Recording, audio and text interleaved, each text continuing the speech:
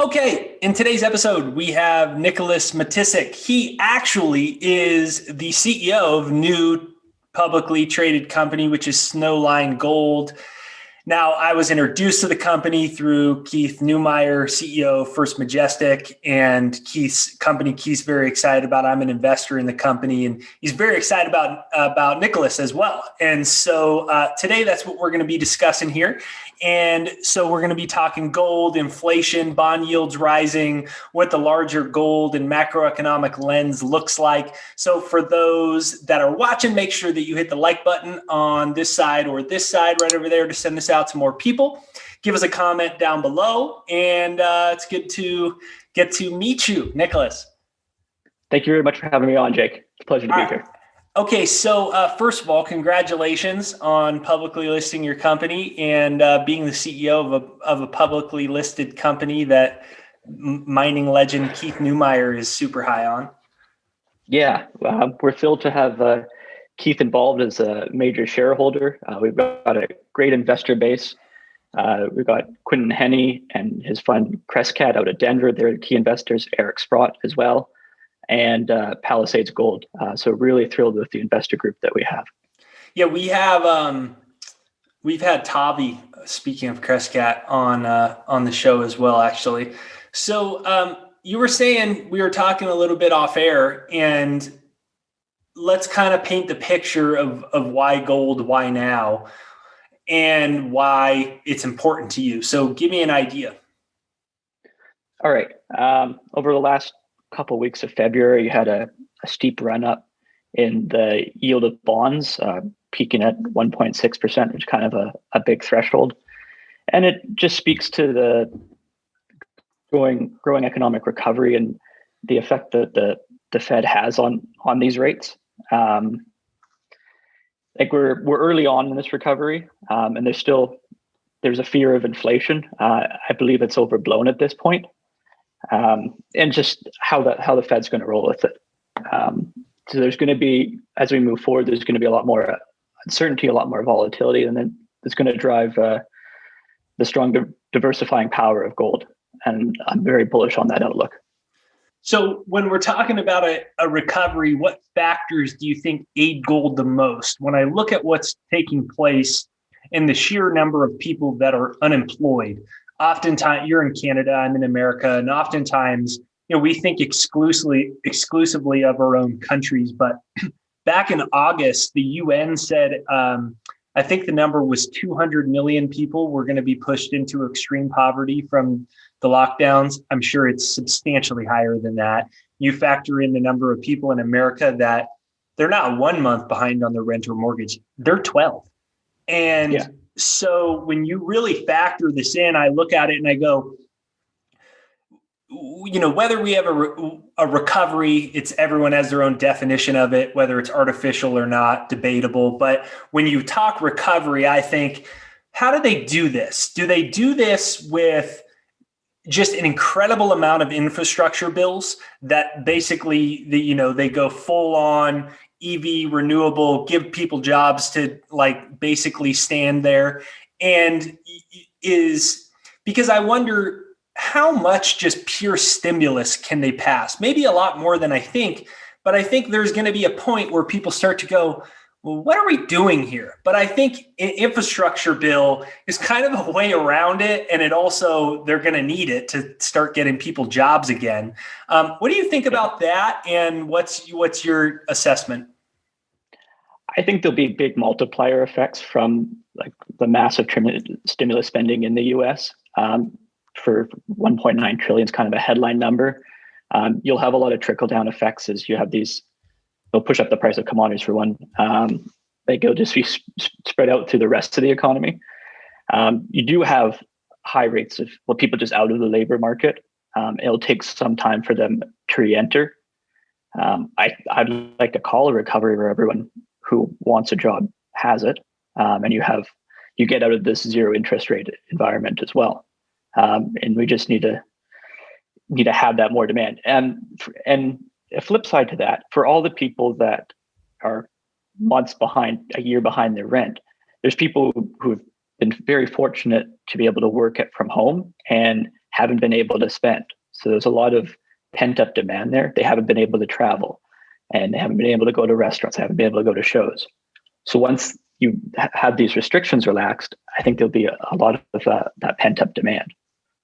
So when you're looking at your gold company and deciding to, invest your life into building a gold company, I'm sure you've really thought, obviously you talk to Keith all the time, and you've got I'm sure a lot of, as a family that's been involved in the mining industry very successfully, you have a lot of mentors, a lot of people that are really looking at the market. What is your opinion when you were weighing the risk to reward of starting a gold company? Where do you see the price of gold going long term, and how has that factored into your decision to start Snowline?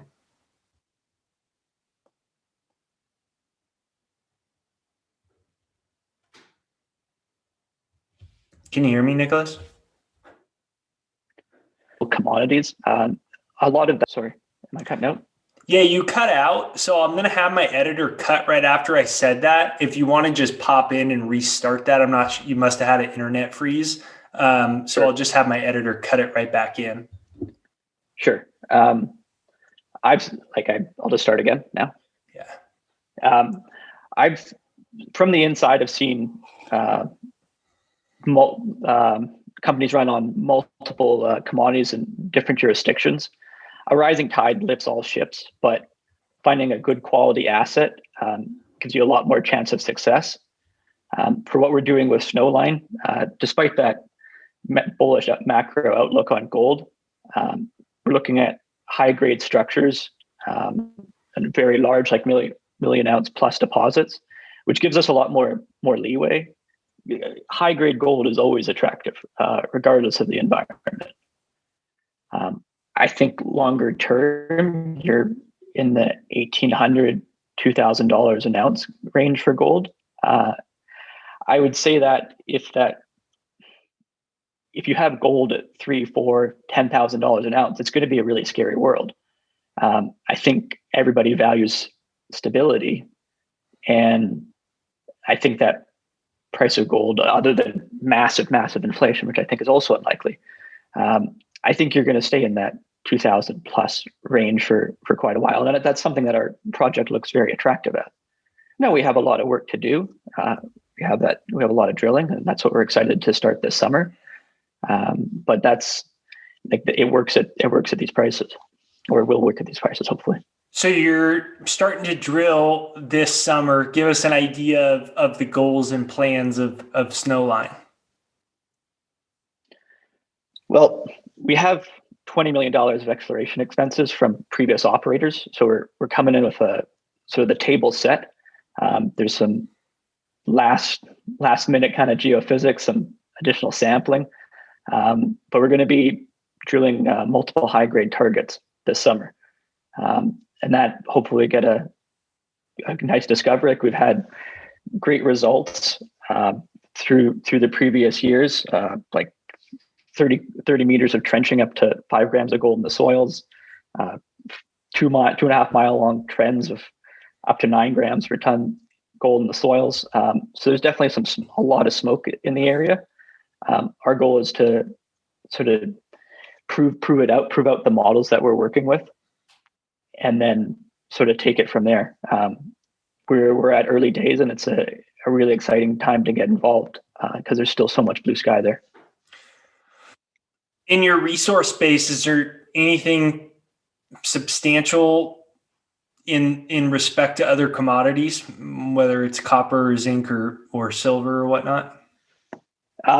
There's minor silver. We have another project that we're going to start talking a bit more about with lead zinc deposit, slightly farther away from our flagship Rogue and Einerson projects. So we are definitely gold focused. There is a bit of diversification. It's just about how we bring that entire project portfolio together. With this extensive land holdings in the Yukon, almost 60 4,000 hectares. We need to be focused about where we spend our money. So it's going to be about getting the most value from our secondary projects to allow us to advance our flagship, where we believe there's great potential. That's a big backyard. So it's bigger than Luxembourg. Okay, so someone that I'm sure is a mentor to you and is Keith, right? And Keith's really one of the most successful, mining executives of our time, and also just a very important person in the precious metals industry for what he's done to bring awareness to the market and stuff. And he's heavily involved in your company. What would you say are the most important things that you've learned from a mentorship and business perspective from someone like Keith? Just looking out for your shareholders. We're very fortunate to have this base that's given us this trust in what we're trying to do, to make sure we take care of them. And it's about creating those relationships and telling your story effectively. It's a crowded marketplace, so it's about showing what you're going to do and being able to execute, being the guy that follows through on what you're going to say, or following through on what you say and you actually do. Why do you think that Keith has been able to build such a sustained career in the mining industry? And when you look at it and you think about yourself going as an executive in the industry, what do you think are the most important things to emulate? He's had a lot of luck with silver and taking undervalued assets and unlocking that value. That's something that we're trying to do here. Snowline, this portfolio is put together over 30 years, and it's finally in one cohesive package, which makes it far easier to develop. So looking for those opportunities and being able to take those risks. You have to assess and know how high that ledge you're jumping off of is, but you got to trust that you've done that work and you'll be able to succeed. What are the long-term goals here that you have for yourself with the company as essentially the head honcho of the company? What are the goals here? For this summer is to get this drilling, get some good results. And over the next 12 months, 24 months is continue proving out this resource. The Yukon's a great jurisdiction. It's obviously low risk in Canada, but there's lots of relationships to build in that area. So it's about sort of bringing this whole project together. I believe there's potential for mines there. There's other mines in this trend that we're on, like Victoria Gold, just down the way. So it's about getting it to a place where someone can actually construct this mine. I think that's an achievable goal over sort of 5 years, and we're going to prove it out and de-risk it. Okay, so let's flash forward 5 years, 6 years, 7 years, and you guys are a mine, or you're getting ready to be a mine. When you look at the larger lens of the precious metals market, it's historically been quite a volatile market due to the derivatives and paper markets. And it's when you look at the WikiLeaks documents, you can actually see that it was done intentionally to create a volatile market. Now, when you look at the broader market and the long-term thesis of it, do you foresee these, when you say, you aren't sure if we get a $10,000 price in gold, because you said, of course, you're not in a very good environment if something like that's happened, unless there's a conscious revaluation of currencies, which is a totally different story altogether. But do you see, in this type of environment that we're in with the incredible amount of debt and such, do you see this kind of being a new base level for let's talk gold specifically, this 1,700, 1,800, 2,000, that this being a long-term base? I think just the longer-term inflationary pressures is going to push that price up. You have all of these established markets with very high levels of debt. You don't want to get into a situation like Japan has with this it's domestically held, but high levels of debt, and you just never have any growth. I think people are going to lose money in it, but they're just going to be people are eventually going to be very nervous about having these incredible levels of debt, and the way to deal with it is to inflate it away. Over the longer term, I definitely see that gold price appreciating, if only in response to the long-term inflationary pressures. What do you think it looks like long-term with our economic system? I mean, it's a bizarre situation when you just actually go to something like usdebtclock.org and you actually are like, is that real or is this make believe? And you're a guy that's got a lot of life left in you as well, and I've got a 7-month-old baby, and I look at it and I go, how does this play out? And I can't really wrap my head around it. What is your opinion on where we go 10 years from now, 15 years from now? I think there's going to be a lot more volatility in the future. I think we have a house of cards built in many ways. You're looking at sort of new economic theory where debt doesn't actually matter, but people always want to get paid. I think we're all going to have to pay the piper down the road. I think there's going to be, with increasing climate change and greater geopolitical instability, I think there's going to be some tough losses along the way. A lot of valuations of the current markets based on low inflation, high price to future earnings. And I don't know if that's really going to be sustainable. Gold is a great hedge for that. It's going to sort of keep pace. It's not as an investment on its own. It's not brilliant, but it's a great diversifier, and I think that's going to become more and more apparent in the coming decades. Do you think, or how do you think that affects mining stocks? You're going to get multiples on both ends of that price of gold. Just because this is the way it's structured. You have that bullion price, and these mining companies are valued for ounces in the ground, and it's based on the level of development and country risk and a whole bunch of other factors. But if you can easily add more ounces, more than you can. Well, it'd be easy to add ounces, but it's easier to add ounces on your own project than increase the spot price of gold. So it's a way to get a little bit more leverage on that. Well, coming from at least for exploration companies, then it's about production for majors. Right. Coming from a background that's been surrounded in the mining industry, what do you think are the most misunderstood things about gold and silver?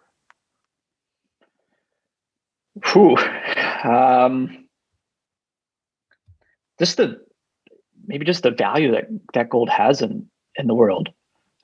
Like there's a huge industrial demand for gold, and just how that gold is such a huge asset that appeals to so many different people, that it's rare that you have all of them moving in the same direction.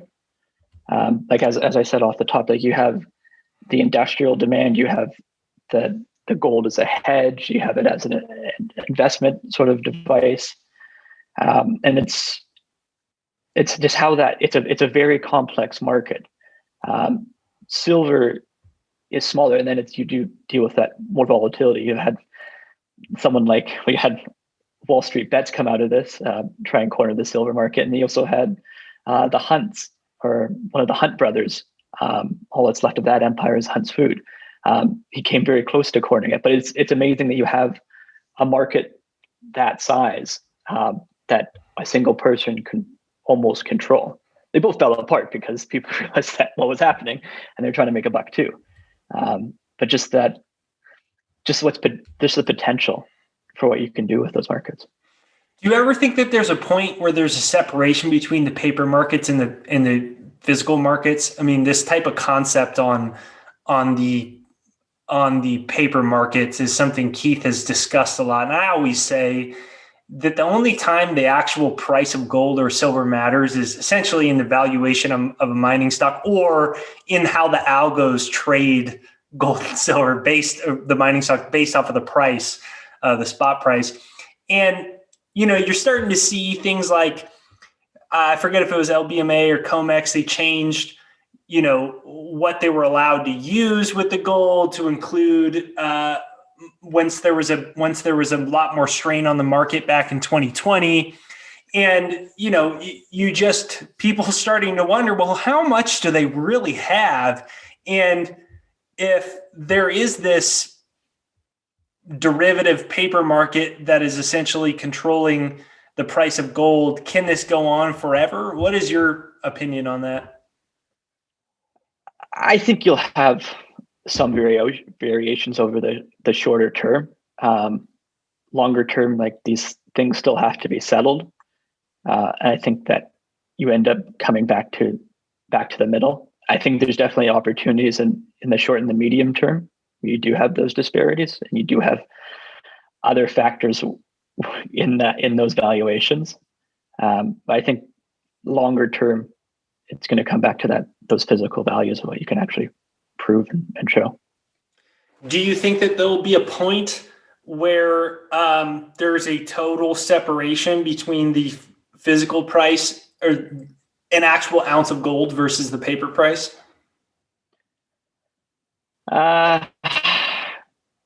Not grossly.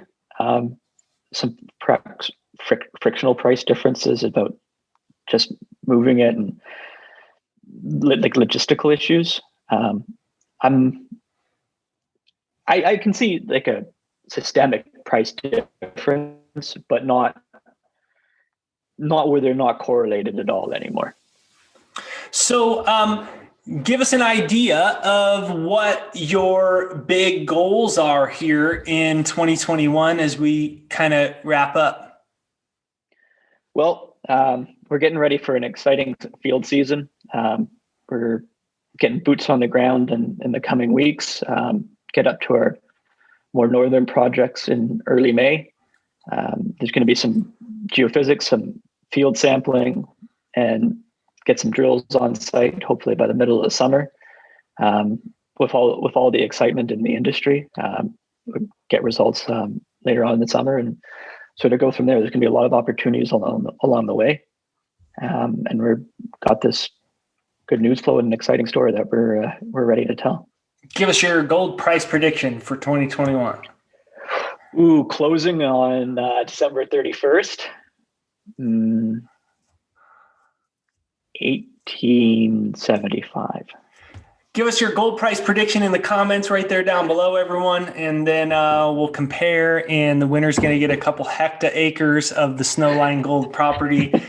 And so for everyone listening, make sure that you hit the like button on either side right over there to send this out to more people. In the description right there down below, I'll put all the information for Snowline. Let us know where we can find out more and where you guys are trading and such. Perfect. Thanks a lot, Jake.